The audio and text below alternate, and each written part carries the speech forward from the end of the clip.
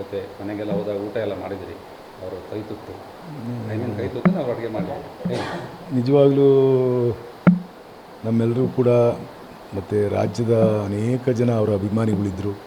ಅವ್ರ ಜೊತೆ ಮನೆಗೆ ಹೋದರೆ ಒಂದು ರೀತಿ ನಮ್ಮ ಸ್ವಂತ ಮನೆಗೆ ಹೋದ ರೀತಿಯಲ್ಲಿ ಭಾವನೆ ಆಗೋದು. ಪ್ರತಿ ನಿತ್ಯನೂ ಹೋದವ್ರಿಗೆಲ್ಲರಿಗೂ ಕೂಡ ಪ್ರೀತಿಯಿಂದ ಮಾತನಾಡಿಸಿ ಊಟ ಮಾಡ್ದಲೇ ಕಳಿಸ್ತಿರಲಿಲ್ಲ. ಅಷ್ಟೊಂದು ಪ್ರೀತಿಯಿಂದ ಮಾತನಾಡ್ಸೋರು. ತಾಯಿ ಹೃದಯ ಅನ್ನೋದನ್ನ ಅವರಲ್ಲಿ ನಾವು ನೋಡಿ ಕಲಿಬೋದಾಯಿತು. ಅತ್ತ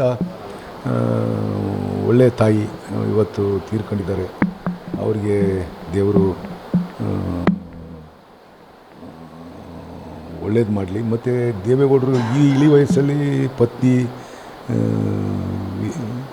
ದೂರ ವಿಯೋಗ ಆಗಿರ್ತಕ್ಕಂಥದ್ದು ಬಹುಶಃ ಅವರಿಗೆ ದೊಡ್ಡ ಆಘಾತ ಆಗಿರುತ್ತೆ. ಆಘಾತವನ್ನು ತಡಿತಕ್ಕಂಥ ಶಕ್ತಿಯನ್ನು ದೇವರು ಅವ್ರಿಗೆ ಕೊಡಲಿ. ಇನ್ನೂ ಅಷ್ಟು ದಿವಸ ನಮ್ಮ ರಾಜ್ಯದಲ್ಲಿ ಅವರ ಸಹಕಾರ ಎಲ್ರಿಗೂ ಅಗತ್ಯ ಇರ್ತಕ್ಕಂಥದ್ದು. ಬಹುಶಃ ಚೆನ್ನಮ್ಮವರು ಯಾರೇ ಅವ್ರ ಮನೆಗೆ ಹೋಗಿದ್ದವರಿಗೆ ಗೊತ್ತಿರುತ್ತೆ ಅವ್ರ ಬಗ್ಗೆ, ಅವರ ಒಡನಾಟ ಮತ್ತು ಅವರ ಪ್ರೀತಿ ಎಷ್ಟರ ಮಟ್ಟಿಗೆ ಇರ್ತಿತ್ತು ಅಂತಕ್ಕಂಥದ್ದು. ಪ್ರತಿಯೊಬ್ಬರನ್ನೂ ಮಕ್ಕಳ ರೀತಿಯಲ್ಲಿ ಟ್ರೀಟ್ ಮಾಡೋರು.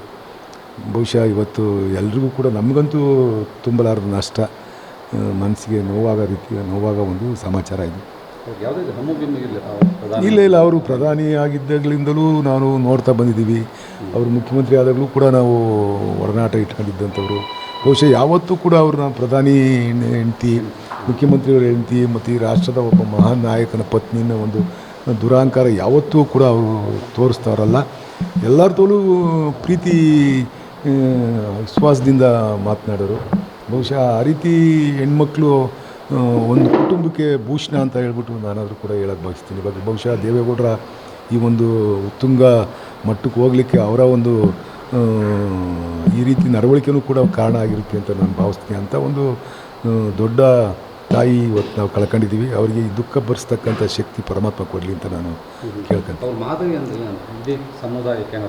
ಸರ್ ಅಲ್ಲ ಅವ್ರು ಹೇಗೆ ಯಾವ ರೀತಿ ಅಂತ ಅಂದರೆ, ಒಬ್ಬ ಹೆಣ್ಮಗಳು ಯಾರೇ ಮನೆಗೆ ಬಂದಾಗಂಥ ಸಂದರ್ಭದಲ್ಲಿ ಅವ್ರನ್ನ ಯಾವ ರೀತಿ ಟ್ರೀಟ್ ಮಾಡಬೇಕು ಅನ್ನೋದನ್ನ ಅವ್ರು ನೋಡಿ ಕಲಿತಕ್ಕಂಥದ್ದನ್ನ, ಸತ್ಕಾರ ಮಾಡ್ತಕ್ಕಂಥದ್ದು, ಮತ್ತು ಬಂದವ್ರನ್ನ ಯಾವ ರೀತಿ ಅಷ್ಟು ದೊಡ್ಡ ಕುಟುಂಬದಲ್ಲಿ ಜವಾಬ್ದಾರಿಯನ್ನು ನಿರ್ವಹಣೆ ಮಾಡ್ತಕ್ಕಂಥದ್ದು ಅಷ್ಟು ಸುಲಭ ಅಲ್ಲ. ಅಂಥ ಒಂದು ದೊಡ್ಡ ಜವಾಬ್ದಾರಿಯನ್ನು ಅವರು ನಿರ್ವಹಣೆ ಮಾಡೋದು. ದಿನ ಎಷ್ಟು ಸಾವಿರ ಜನ ಅವ್ರ ಮನೆಗೆ ಹೋಗೋರು. ಅಷ್ಟು ಸಾವಿರ ಜನ ಮನೆಗೆ ಹೋದ್ರೂ ಒಂದು ಕಿಂಚಿತ್ತೂ ಬೇಜಾರು ಮಾಡ್ಕೊತಿರ್ಲಿಲ್ಲ. ಎಲ್ಲರೂ ಕೂಡ ಅತ್ಯಂತ ಸಂತೋಷದಿಂದ ಬರ್ಮಾಡ್ಕೊಳ್ಳೋರು, ಮಾತಾಡೋರು, ಕೂತ್ಕೊಂಡು ಕೆಳಗಡೆ ನಾವು ಮೇಲ್ಗಡೆ ದೇವೇಗೌಡರನ್ನ ಮೀಟ್ ಮಾಡಿ ಬಂದರೆ ಕೆಳಗಡೆ ಅವ್ರು ಕೂತಿರೋರು, ಅವ್ರನ್ನೂ ಮೀಟ್ ಮಾಡಿ ಹೋಗ್ತಿರು. ತಿಂಡಿ ಕೊಡ್ಸೋರು, ಊಟ ಕೊಡ್ಸೋರು. ಊಟ ತಿಂಡಿ ಬೇಡ ಅಂದರೆ ಕಾಫಿಗೆ ಏನಾದ್ರು ಕುಡಿದು ಹೋಗಬೇಕು. ಆ ರೀತಿ ಭಾವನೆ ಐತಲ್ಲ, ಭಾವನೆಗೆ ಬೆಲೆ ಕಟ್ಟೋಕ್ಕಾಗಲ್ಲ. ಇಲ್ಲವೇ ಇಲ್ಲ. ಒಂದು ಕುಟುಂಬ ಅತ್ಯಂತ ಪ್ರಾಮುಖ್ಯತೆ ಕುಟುಂಬದಲ್ಲಿ ಇರಬೇಕು ಅಂತಂದರೆ ಆ ರೀತಿ ನಡವಳಿಕೆ ಇರೋದ್ರಿಂದ ಬಹುಶಃ ಆ ಕುಟುಂಬಕ್ಕೆ ಅಷ್ಟೊಂದು ಗೌರವ ಸಿಕ್ಕಿರ್ತಕ್ಕಂಥದ್ದು. ಅವ್ರದ್ದು ಜೀವನ ಒಂದು ರೀತಿ ಸರಳವಾಗಿರ್ತಕ್ಕಂಥ ಜೀವನ. ಯಾವತ್ತೂ ಅವರ ನಾವು ಪ್ರಧಾನಿ ಮಂತ್ರಿ ಹೆಂಡ್ತಿನ ಅವರು ಒಂದಿಸ್ಲೂ ತೋರಿಸ್ಕೊಳ್ಳಿಲ್ಲ. ಅವ್ರಿಗೆ ಇಷ್ಟೊಂದು ಅಧಿಕಾರ ಎಲ್ಲ ಇದ್ದು ಕೂಡ ಯಾವತ್ತೂ ಸಂಪತ್ತಿಂದೇ ಆಗಲಿ, ಅಧಿಕಾರದೇ ಆಗಲಿ, ಆ ಮತ ಇರ್ತಕ್ಕಂಥದ್ದೇ ಆಗಲಿ ನಾವು ನೋಡಲಿಕ್ಕೆ ಯಾವತ್ತೂ ಸಿಗಲಿಲ್ಲ. ಅಂಥ ಹೆಣ್ಮಕ್ಳು ಆ ಮನೆಗೆ ಸಿಕ್ಕಿರೋದ್ರಿಂದಲೇ ಬಹುಶಃ ಕುಟುಂಬ ಇಷ್ಟು ಉತ್ತುಂಗ ಮಟ್ಟಕ್ಕೆ ಹೋಗಿರ್ತಕ್ಕಂಥದ್ದು ಅಂತ ನಾನಾದರೂ ಕೂಡ ಭಾವಿಸ್ತೀನಿ. ಹೋಗ್ತೀನಿ. ನಾನು ಬೆಂಗಳೂರಿಗೆ ಹೋಗೋಣ ಅಂತ ಹೊರಟಿದ್ದೆ. ಬೆಂಗಳೂರಿಗೆ 11 ಗಂಟೆಗೆ ನಾನು ಅಂಜನಗೌಡರಿಗೆ ಫೋನ್ ಹಾಕಿದ್ದೆ. ಅಂಜನಗೌಡರು 11 ಗಂಟೆಗೆ ಎತ್ಬಿಡ್ತೀವಿ ಹೊಸಣ ಅಂದರು. ಅದಕ್ಕೆ ನಾನು ಹೊಳೆನರಸೀಪುರಕ್ಕೆ ಹೋಗಬೇಕು ಅಂತ ಹೇಳ್ಬಿಟ್ಟು ಈಗ 2 ಗಂಟೆಗೆ ಇಲ್ಲಿ ಬಿಡ್ತೀವಿ. ಹೊಳೆನರಸೀಪುರಕ್ಕೆ ಹೋಗಿ ಮಾತಾಡ್ಸ್ಕೊಂಡು ಬರ್ತೀನಿ. Thank you.